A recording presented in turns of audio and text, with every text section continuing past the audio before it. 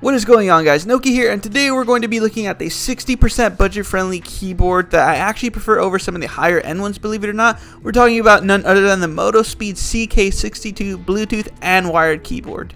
Inside the box you get the board itself, of course, the instructions manual, a keycap puller, which is rather cheap in my opinion, and a USB-C type cable, which is surprising as it's a $48 keyboard, guys. To be honest, for that price of the board, I was expecting a standard micro or mini USB, but the fact that they added a USB-C cable to the board just makes it feel more high-end.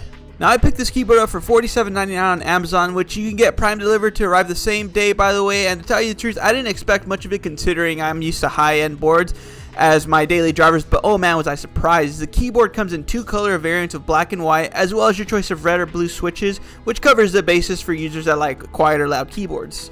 The version that we're going to be looking at today is the black version with blue switches, since I am a fan of the loud tactile noise that those switches make. But to tell you the truth, I'm a pretty huge fan of this board overall, that I actually have a white one with blue switches on the way here. Blue switches, of course, because they are my preferred switches, but I had to pick this up in white. Just the aesthetic looked really pleasing in the photos, and I couldn't miss out. Now, as you guys can obviously tell by the different color keycaps here, I have already unboxed and used this board. I just figured I'd put it back in the box wrapped up. That way, when I unbox for you guys, it's more aesthetically pleasing.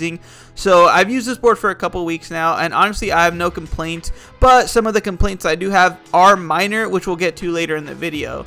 It's kind of ironic because I literally just said I had no complaints and then I said I had some, but whatever, let's keep going, guys. So something to note about this board, guys, is that it does come preset to be used wirelessly. So if you plug in the board to your computer, it's not going to work right away. You need to change the board to its wired settings, which you can do by holding down the Alt and Mode key simultaneously. You know this has worked because the RGB lights will start flashing for a few seconds, indicating the change.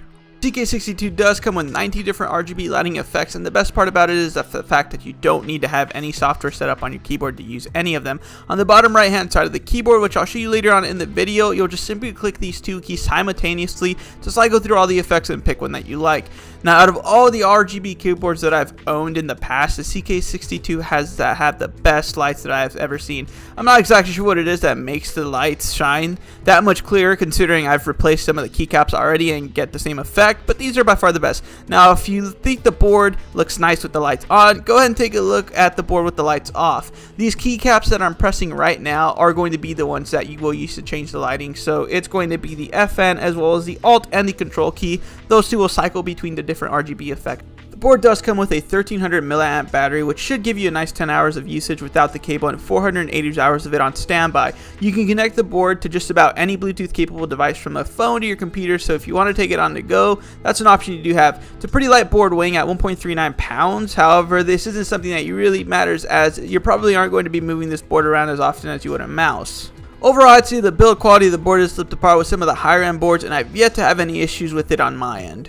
The bottom line here is if you're looking for a good high-end feeling keyboard and you don't want to wait weeks or drop $100+ on a Ducky Ram Pro, this is the board I'd strongly recommend. It feels high-end when you're using, and you get everything you would out of a high-end board with better RGB lighting. Anyway, guys, thank you so much for watching the video, and let me know what you think of this board if you do end up picking it up.